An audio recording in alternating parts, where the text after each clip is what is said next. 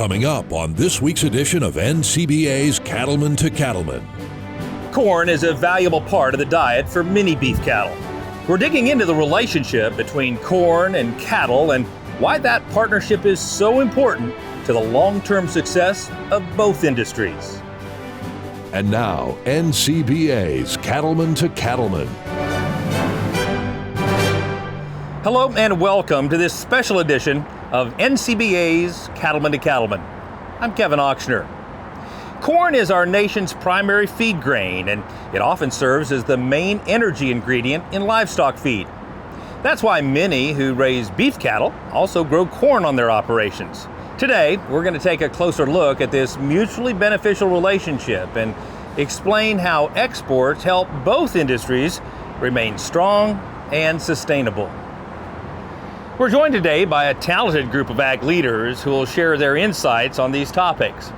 First is Tom Haig. He's a Minnesota corn producer who also serves as president of the National Corn Growers Association. Also joining us from Minnesota is Ncba president Don Schiefelbein, who runs a large, diversified farming operation with his family. And next to Don is fellow Colorado native Troy Schneider. He's a Colorado corn and beef producer who chairs NCGA's Market Development Action Team. And our final panelist, Kyla Hamilton. Kyla is a Texas corn and beef producer who also serves on the Market Development Action Team. So Tom, I want to start with you, and maybe you can just tell us just how important is the beef industry to the corn industry? Every 1 out of 4 bushels that we produce is used by beef in exporting. So that's that's 1/4 of our corn being used right there. And one of the other big items that we have going with corn is that we have DDGs, which is a high protein that a lot of the cattle feeders have used. It's either in a dry form or a wet cake, and that's huge because they can use that all the way from a young steer up to a grown steer. And what the biggest thing is, what beef does is we got $5.7 billion annual is what they give to the corn at the end is what the expenses they pay that we get back in consideration to our profit at the end of the day. Pretty significant to your industry indeed. Exactly right. Troy, you grow cattle and corn both. Tell us a little bit about the value both industries provide for one another. Well, on our operation, Kevin, we have our corn operation, the cattle operation, and we run our cattle on stalks after we harvest our corn, so it provides a cheaper feed for us, and that's valuable to us, especially with the high prices today. But as Tom just mentioned, that $5.7 billion that we bring in from the livestock industry, the beef industry specifically, that puts money in our pocket, that is huge.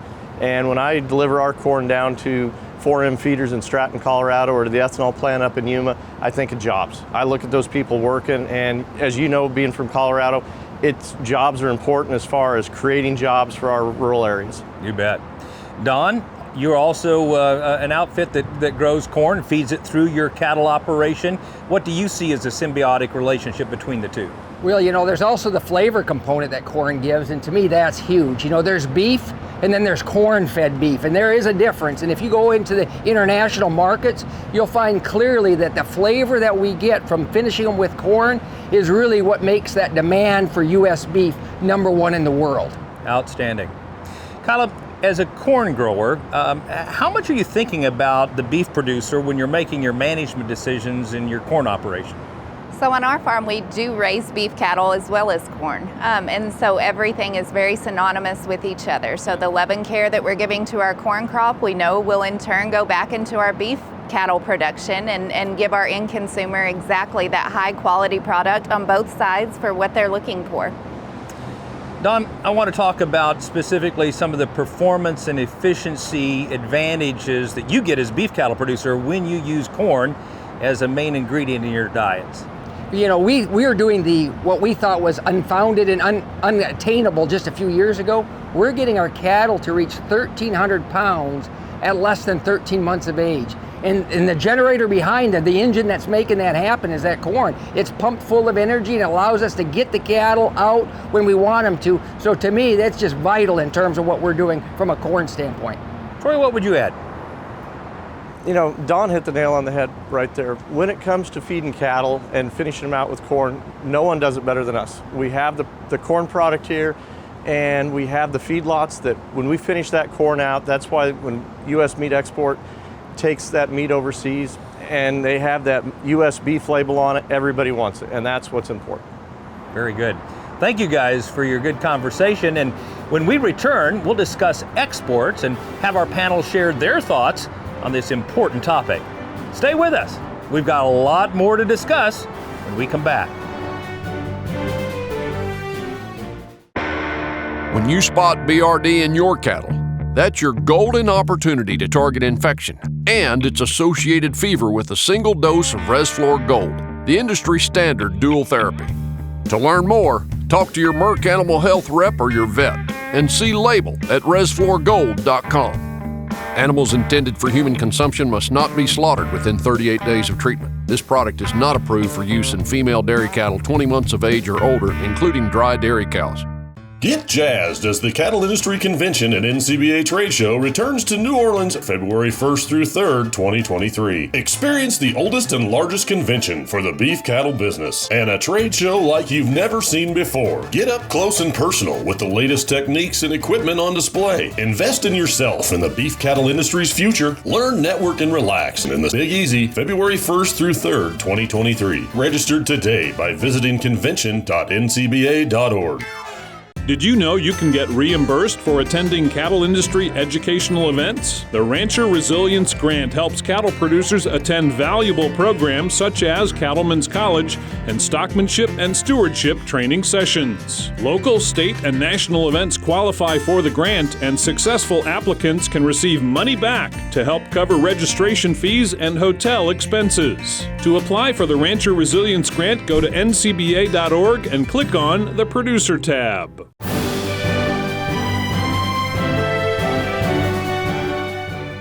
Welcome back. We're coming to you today from the Port of New Orleans, one of the many important stops for corn and beef exports on their journey overseas. Here's Cattlemen to Cattlemen reporter Kate Maher with more on this gateway for global commerce. Thanks, Kevin. I'm here now with Janine Mansour, who is with the Port of New Orleans. Janine, thanks for joining us. Can you give us an overview of the port, please? Absolutely. So the Port of New Orleans was created by the state of Louisiana. So we are a quasi-governmental agency. We're a very diverse landlord port. So we're leasing out all these facilities you see here to private terminal operators that are working the vessels and managing cargo on the terminal. We have 4 lines of business. So we have cargo, obviously, our bread and butter, cruise, we're the 6th largest cruise port in the country, real estate, of which we own about 2,500 acres of industrial real estate, and then rail. So we're one of the only ports that operates our own short line railroad that connects us to really the entire country through our rail network. What percentage of the cargo that moves through here is agricultural? About 20%. So, we are actually the most export heavy port of any port in the country. So about 70% of the cargo that we're moving is actually export, 30% import. You don't see this type of balance anywhere else in the country. In fact, on the West Coast, the California ports are pretty much the inverse of that. So 70% import, 30% export. So we play a huge role in supporting our U.S. agricultural exporters and moving their goods all over the country. Yeah, you mentioned ship and rail. How do you feel all this gives you maybe a competitive edge in getting exports overseas? Well, that's exactly right. Our competitive edge is really our connections. We are the most multimodal, as we say, port of any port, because we have barge, we have rail, and then of course we have truck. So we have the best rail network connected to the Midwest, to the western part of the country and the eastern part of the country. And then we have access to 14,500 miles of inland navigable waterways via the Mississippi River and the connections to all the various inland rivers. So we really are a true gateway port, offering connectivity from the Midwest out to the world through our gateway connections. You ship a lot of beef, I know too. So how do you keep cargo like beef or any other kind of product like that temperature safe? Sure. So temperature sensitive cargo is definitely one of our areas that we're very strong in.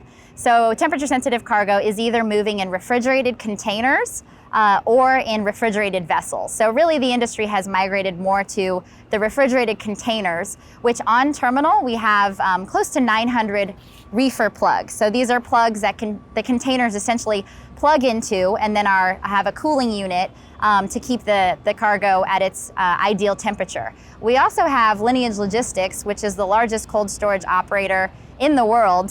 They operate over 400 facilities. They have 2 facilities in New Orleans, so they're providing cold storage warehouses to products like beef and other meat products. And those containers can keep a constant temperature for the length of that trip of the container? Exactly. So, and then the vessels themselves, like the one you see in the background, actually has reefer plugs on the vessel.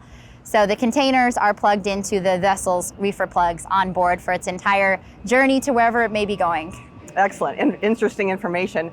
You know, we've heard a lot about supply chain issues these past couple years. What challenges has the port had? You know, these past 2.5, 3 years has been more challenging in new ways, I think, for every stakeholder across the supply chain. Some of the challenges we have faced is really there's been a boom in imports. You know, with COVID, people were buying more online, spending less on services and travel, and so that drove a really big increase in imports. And being that we're a heavy export port, we faced challenges in that the imports were really being prioritized by shipping lines, and so we weren't seeing the regularity of ship calls just because they were prioritizing the import discharge and sometimes sailing back you know, before exports could really be loaded. And so that was one of our challenges for, you know, supporting our exports as well as equipment. So equipment has been, you know, a global challenge, just availability of equipment to support exports. And that's both on the dry cargo side as well as the temperature sensitive side. And you know, labor shortages are really across the supply chain. I don't think we've seen labor shortages worse than any other place. We have a very good labor force here, but you know, we are starting to see some of the challenges just in supplying sufficient labor in different parts of the supply chain. With as important as exports are to both beef and corn growers, how can organizations like NCGA and Ncba, how can we work to help make your life easier and help make sure that exports keep going out? Definitely. I think the advocacy role of the importance of ports and various stakeholders working to support exports, you know, even more so than imports, because it's more important than ever that our products get out of the country in a competitive manner. So supporting the cost efficiencies, avoiding, you know, massive delays. So I think there's the lobbying effort in working together with your associations and really just collaborating on how we can work more closely together to support our mutual exporters. Well, thanks for all you do to keep our beef and corn moving overseas for us. We appreciate your time. Absolutely. Kevin, we'll send it back to you. Thanks, Kate. Let's get back to our discussion. Kyla, the U.S. is the world's largest exporter of corn. Just how important are exports to the bottom lines of corn growers like yourselves?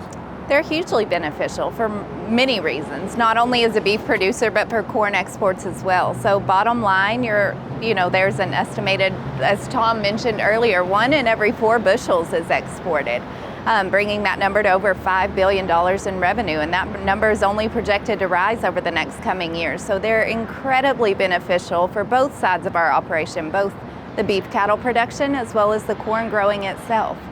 And exports are pretty important to the beef industry, aren't they, Don? Yeah, it may be good for corn, but it's great for beef exports. You know, they contribute $500 per value per every fed animal produced, and that is significant. So just think of you, if you're sitting at home, thinking about that extra $500, how important it is to your bottom line, and that's due to the export market, so incredibly important.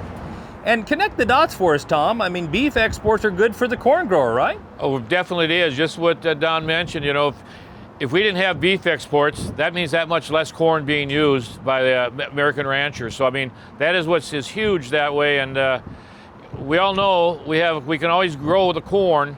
We just need that livestock industry to finish it off to use that corn that we grow. You bet.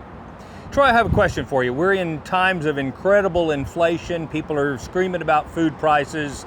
What do you say to the folks who say, why are we exporting corn and beef that we produce here in the United States instead of keeping it all at home for the United States folks? What's your thought?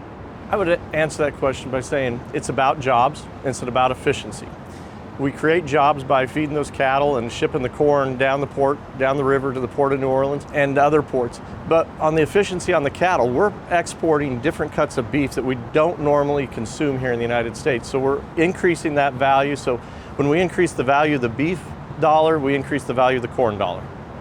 And I would add to that, that just goes into our farming, ranching story of sustainability. You know, we're able to do more with less and really leave no waste behind. And so just kind of leaving our mark on that sustainable front for both industries. Excellent point.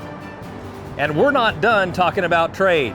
Still to come, we'll discuss how the National Cattlemen's Beef Association and the National Corn Growers Association both work to eliminate barriers to trade.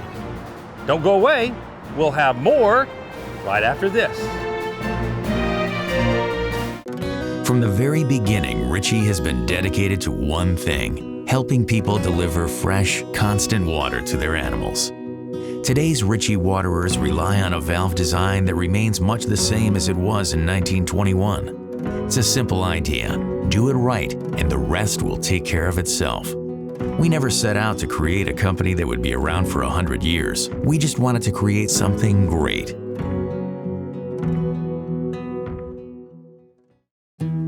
This beef quality assurance tip is funded by the Beef Checkoff. Hi, Jolie Fitzsimons here to talk to you today about the Beef Quality Assurance Program and our online BQA modules. The BQA program is an important part of the beef industry. It helps to build consumer confidence and ensures that we're taking care of our animals the right way. The online modules are a great way for producers to stay up to date on their knowledge and certifications. We have 3 courses: cow-calf, stocker backgrounder, and feed yard. All 3 of these courses are also available in Spanish. They're free online and take about 2 to 3 hours to complete. If you don't have that time, the great thing about the modules is that you can come back to them later, as it saves your progress. Our states also host in-person trainings. You can find more about these in-person trainings and our online modules at bqa.org. The Beef Quality Assurance Program is funded by the Beef Checkoff. Join the National Cattlemen's Beef Association. NCBA is the oldest cattle industry organization, working every day to defend your interests in Washington, D.C. And there are big benefits to being a member. You'll get news you can use in the National Cattlemen and policy updates from Beltway Beef, plus big discounts from John Deere, Cabela's, and more great partners. Join now. Call 866-233-3872 or sign up online at ncba.org.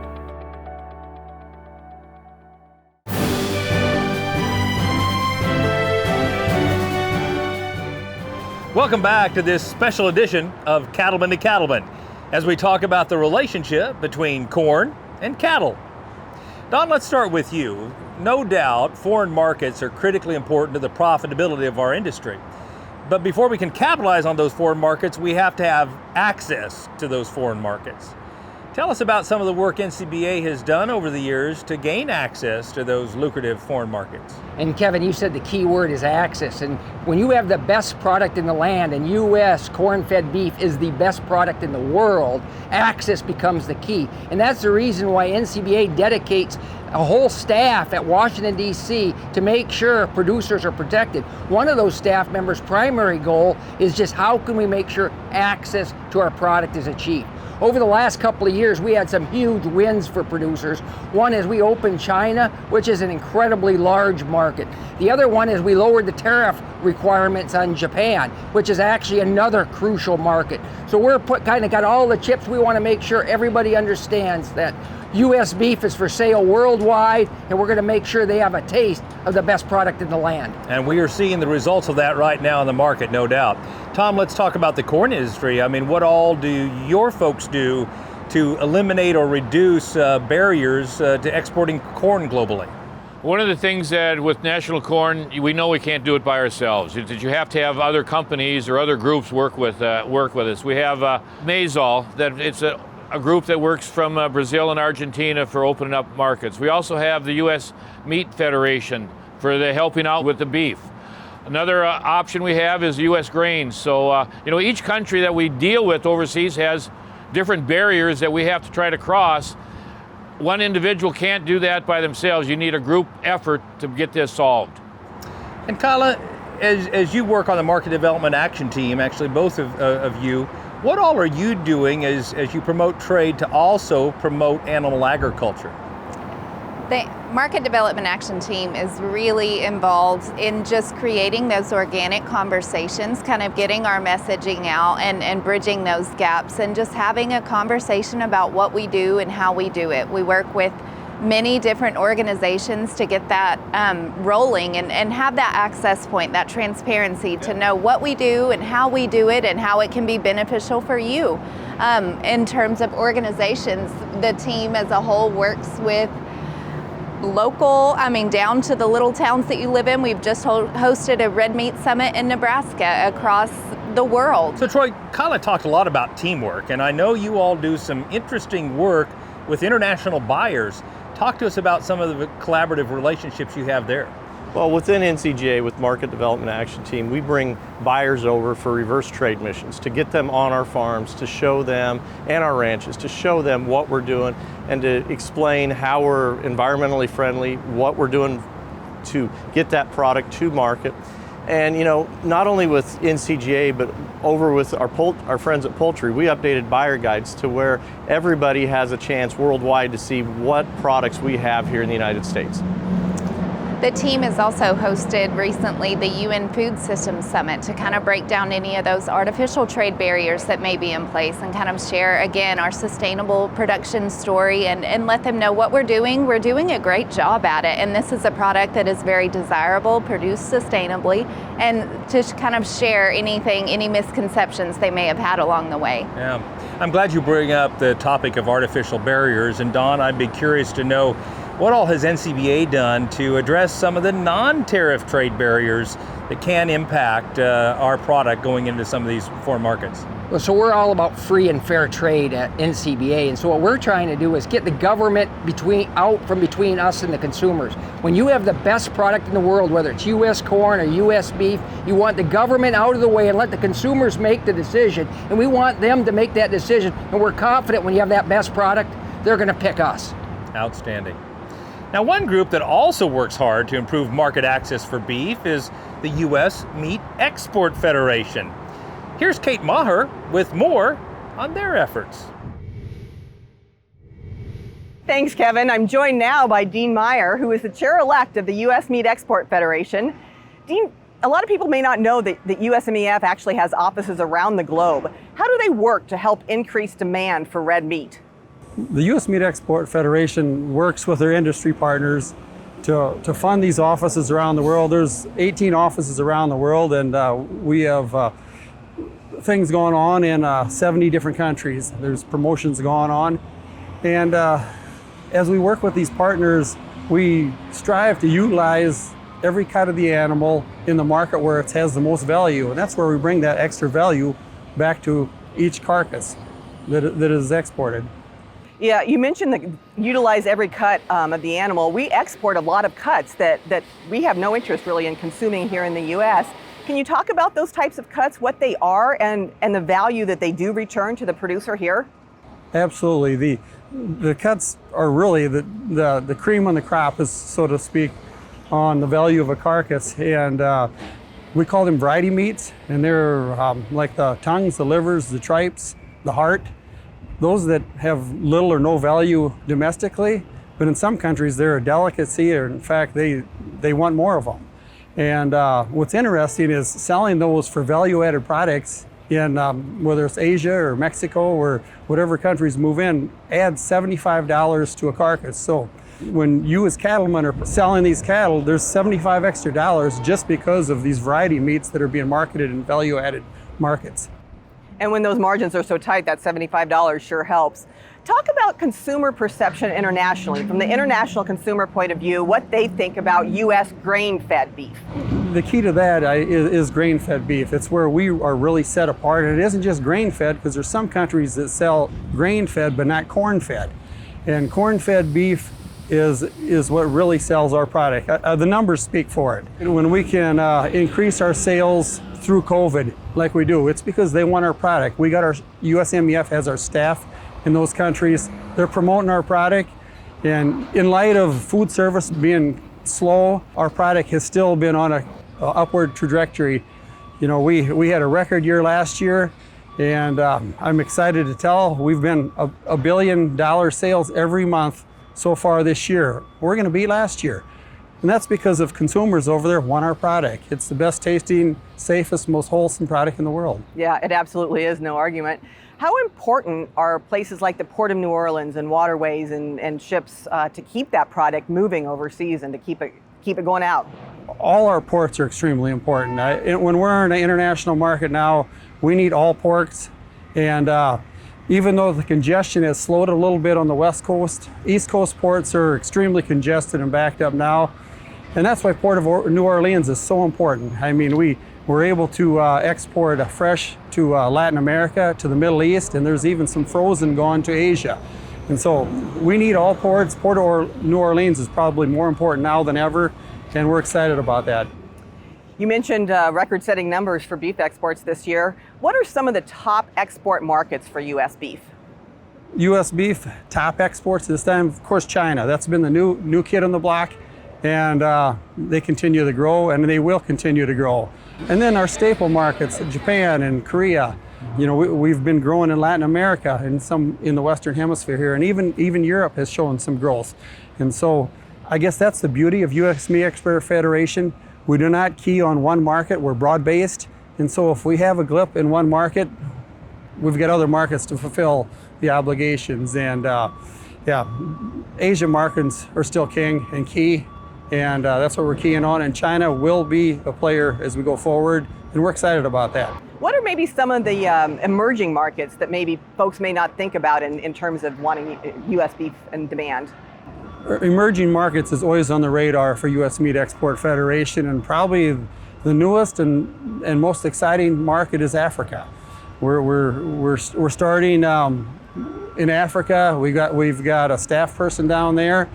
And, you know, Africa has the youngest demographics in the world, and they've got a growing population. And when we see a population that's growing into the middle class, that's when they require protein, and that's where we want to be, where we got a growing middle class.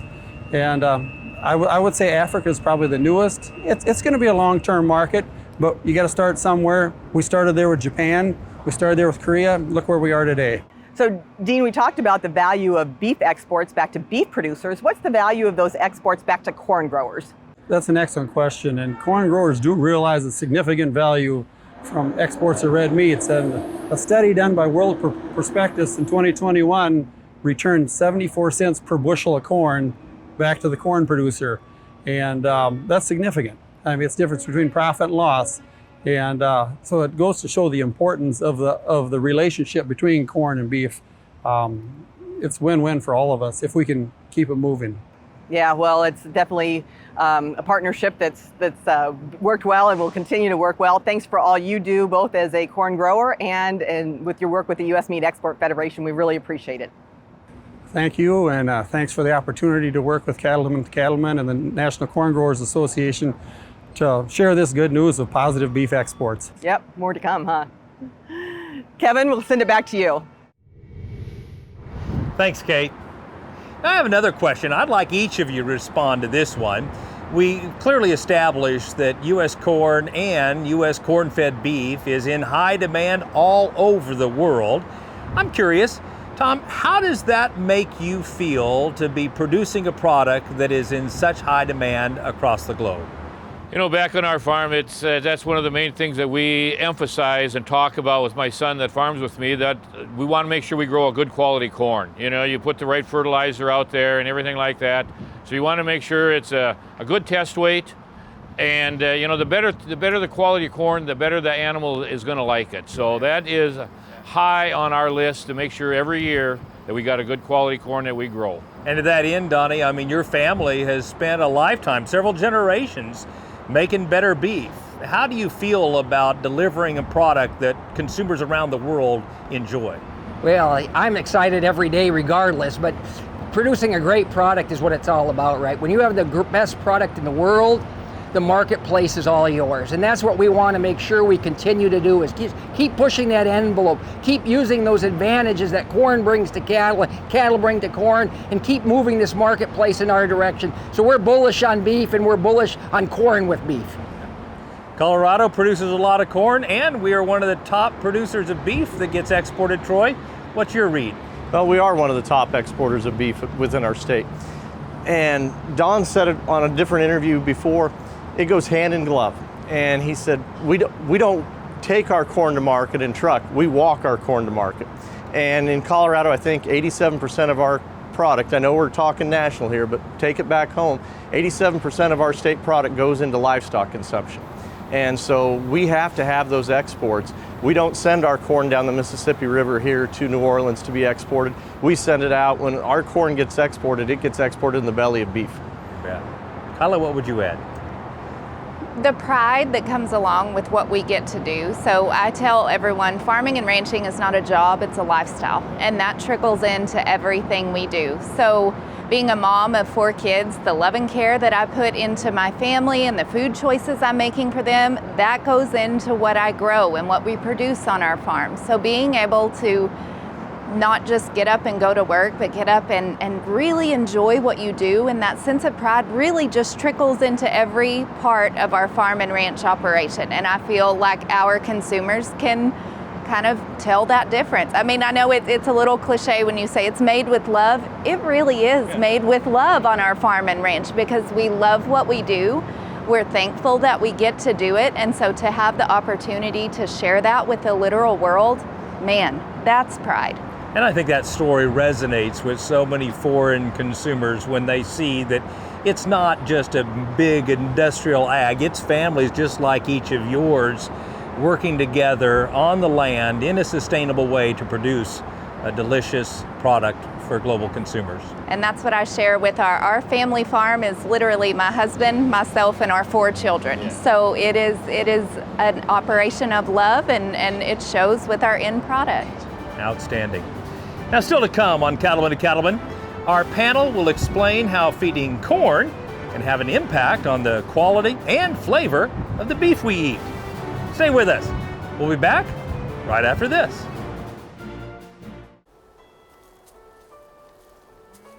Weeds will rob me of my investments. The weeds are not palatable to cows. They will not eat them. Or if they do eat them, some of them may be toxic. So there's a return on investment by allowing there to be more grass available to be grazed by the cattle.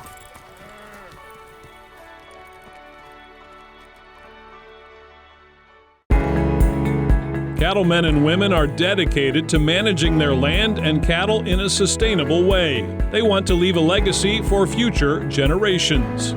For more than 30 years, the Environmental Stewardship Award has worked to honor these caretakers of the land and to share their stories. To find out more and to learn how you can nominate a farm or ranch for the Environmental Stewardship Award, visit the website environmentalstewardship.org. Cattle producers across the country work hard to care for their animals and their land. The USDA's Natural Resources Conservation Service is there to help. Find out how you can work with NRCS to develop a conservation plan for your operation. Find possible funding resources for implementing conservation practices, or get free expert advice on ways to improve your farm or ranch. Visit the website nrcs.usda.gov today. Get jazzed as the Cattle Industry Convention and Ncba Trade Show returns to New Orleans February 1st through 3rd, 2023. Experience the oldest and largest convention for the beef cattle business. Register today by visiting convention.ncba.org.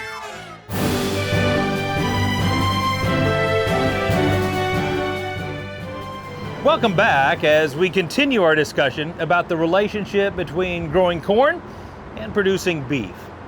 Don, I want to start with you, and maybe you can tell us just a little bit about the key benefits of making corn a core part of rations for livestock.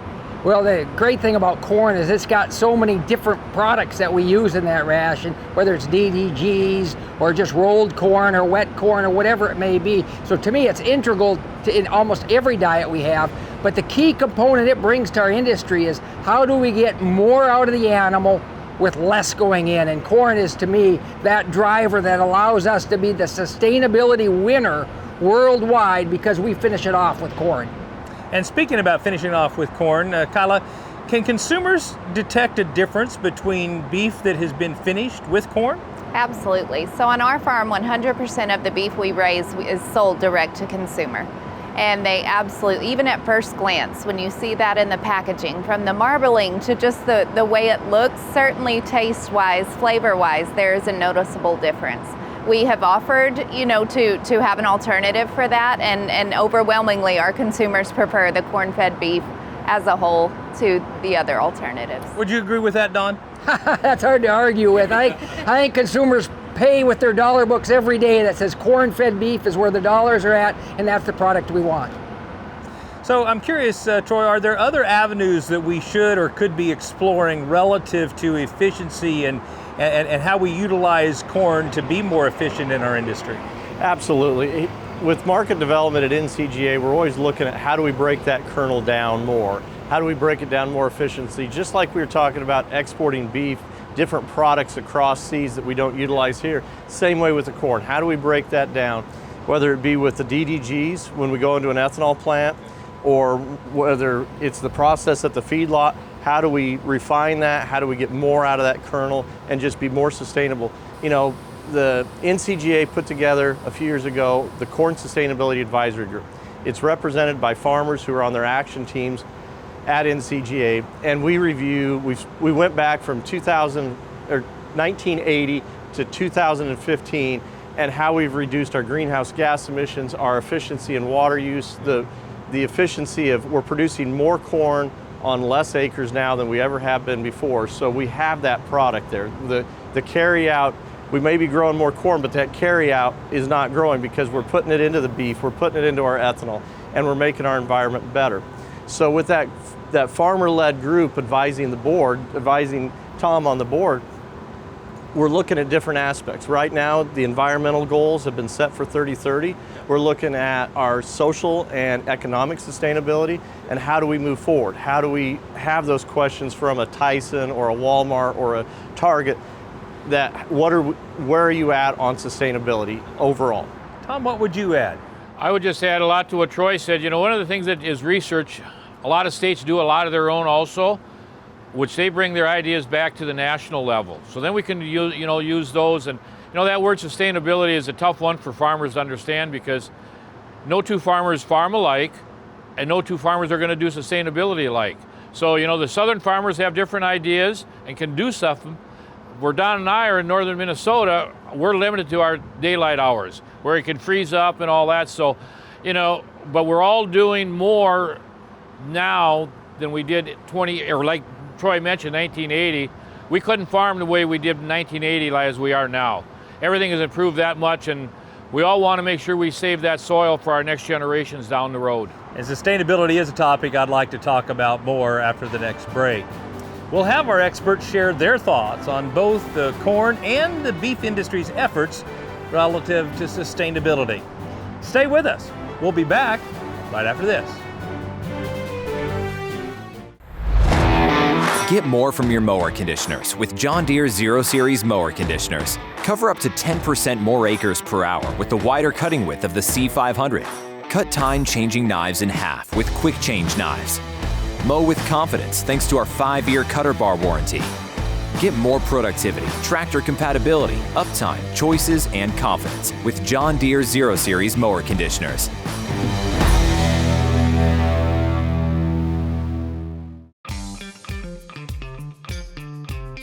Te quiero invitar a participar en las clases de Bqa para saber y mejorar la calidad de carne en los Estados Unidos. Todos los programas son disponibles en bqa.org, bqa.org. Ahí te puedes ver todos los recursos y las lecciones en español. Bqa, el correcto modo es el único modo. The Beef Quality Assurance Program is funded by the Beef Checkoff. Hello, friends, and welcome to the NCBA's Cattlemen's Call podcast. Now, the goal of this podcast is to focus on the people in the beef industry. We all have stories to tell. We all have successes and failures, and it's always great to talk about all the hard work that we put in to our operations in our industry. So we're taking the time to talk about what everyone else is talking about for cattlemen and women to share what's on their minds. And make sure and subscribe to the Cattlemen's Call podcast today.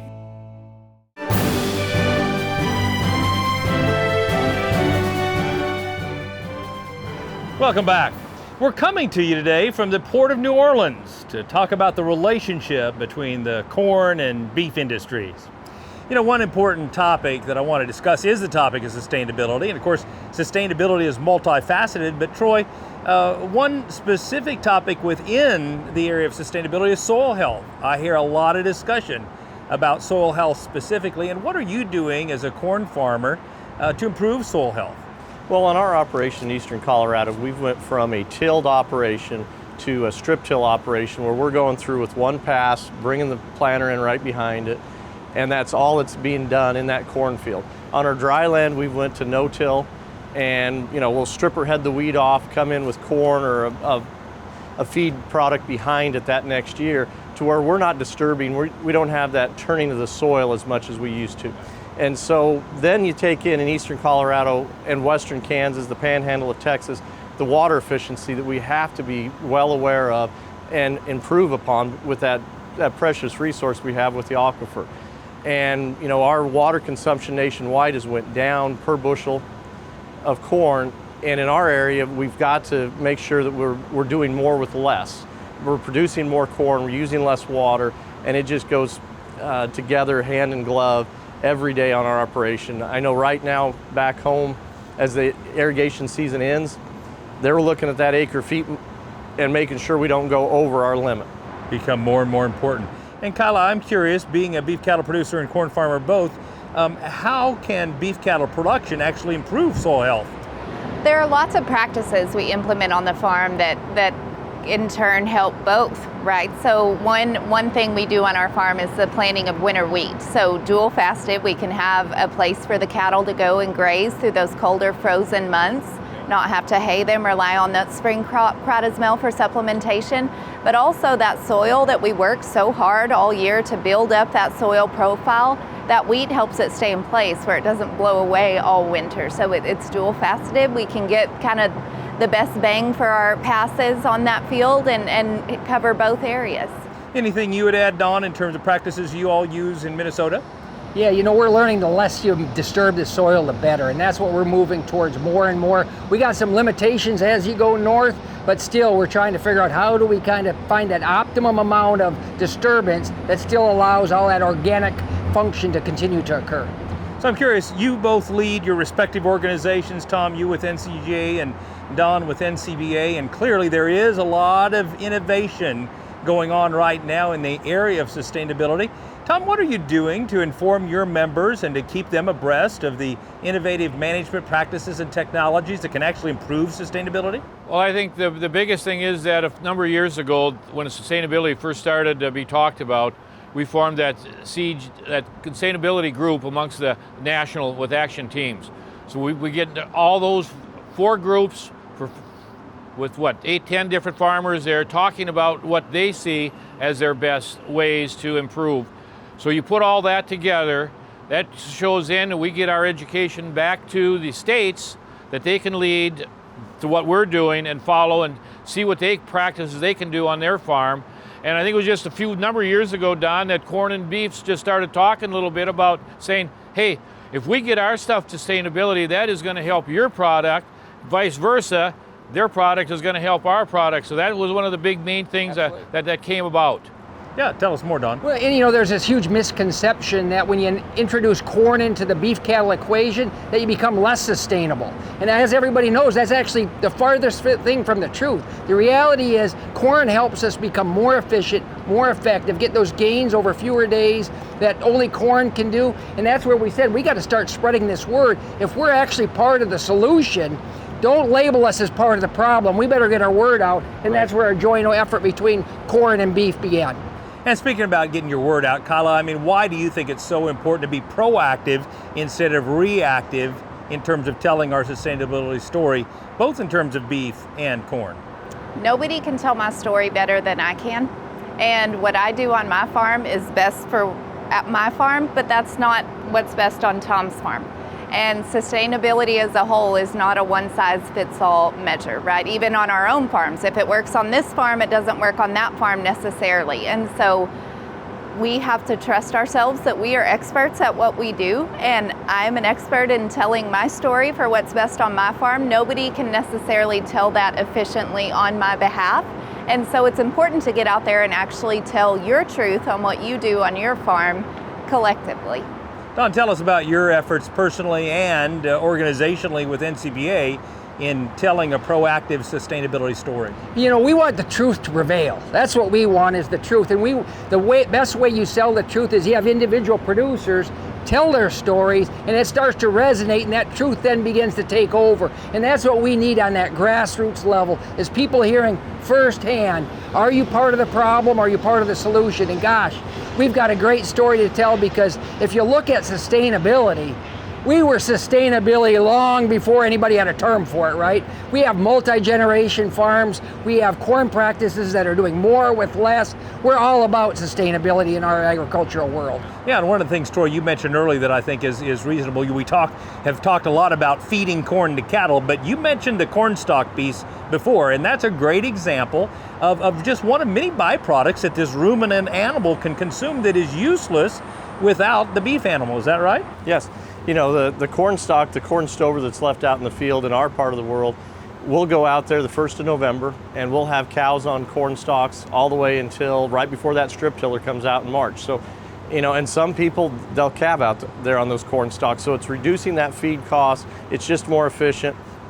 And, you know, we get that residue worked down with the cattle, reduced down to where they can come in with the strip tillers and the planters and not have a problem. And it's just a year-round cycle. You know, you asked the question earlier, do you think about cow producers when you're working with your corn? I do, because I know when we're going out there, the cows are going to be coming out here this winter, and it's an exciting thing to be thinking about. And I know from our standpoint, we're thrilled to be close to a set of feed yards in Weld County that we take some of that manure product, and sure does help in a year like this year, particularly with nitrogen costs being what they are. So there's a lot of symbiotic relationship going on between our industries. Now we'll be back to wrap up this special edition of Cattlemen to Cattlemen with some final thoughts right after this. Stay with us. In the world of cattle vaccines, when you see fewer reactions, you'll notice healthier cattle and higher profits too. Because sometimes good protection is about what you don't see. Protect your productivity with cattle vaccines from Merck Animal Health. Proven to cause fewer reactions. You'll like what you see. Our trusted portfolio is just one more way Merck Animal Health works for you. Talk to your veterinarian and visit cattlefriendlyvaccines.com to learn more.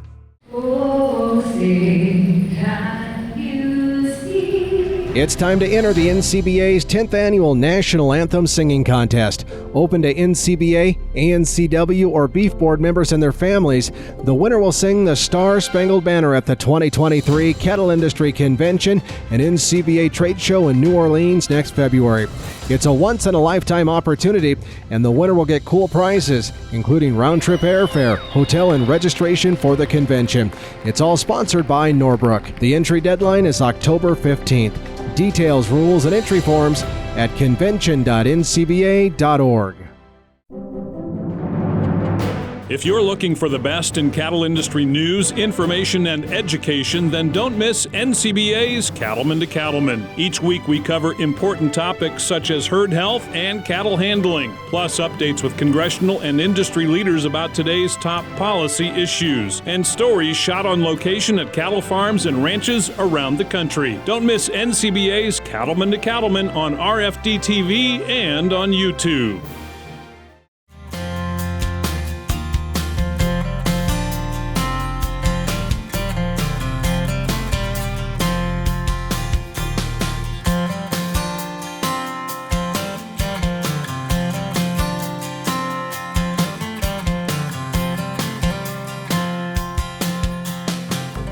you have an upcoming production sale to advertise? Then contact the Cattlemen to Cattlemen marketing team or your breed association to learn more.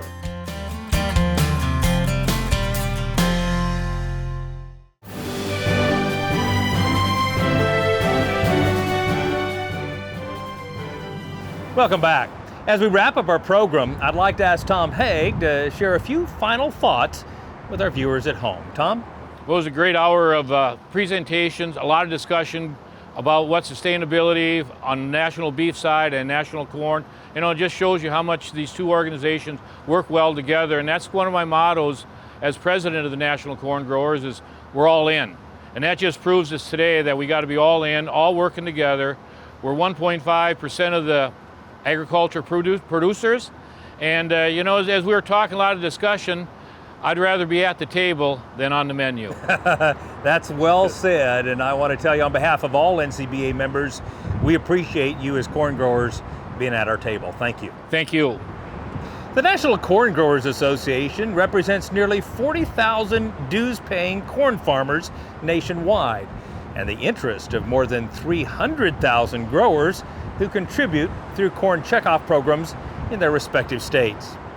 To learn more about how they're building future markets for corn, visit the website ncga.com. And don't forget, every day NCBA staff in Washington, D.C. and Denver work to protect the interest of cattle producers all across the country. Join in the fight to protect our way of life by becoming a member.